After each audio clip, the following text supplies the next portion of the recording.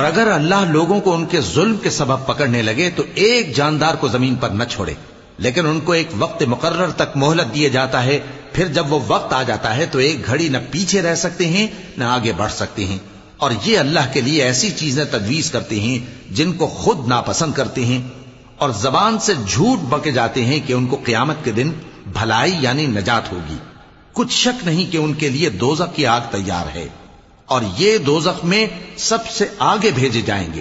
اللہ کی قسم، ہم نے تم سے پہلی امتوں کی طرف بھی پیغمبر بھیجے تو شیطان نے ان کے کرتوت ان کو آراستہ کر دکھائے، تو آج بھی وہی ان کا دوست ہے اور ان کے لیے عذاب علیم ہے۔ اور ہم نے جو تم پر کتاب نازل کی ہے تو اس لیے کہ جس بات میں ان لوگوں کو اختلاف ہے تم اس کا فیصلہ کر دو، اور یہ مومنوں کے لیے ہدایت اور رحمت ہے۔ اور اللہ ہی نے آسمان سے پانی برسایا، پھر اس سے زمین کو اس کے مرنے کے بعد زندہ کیا، بے شک اس میں سننے والوں کے لیے نشانی ہے۔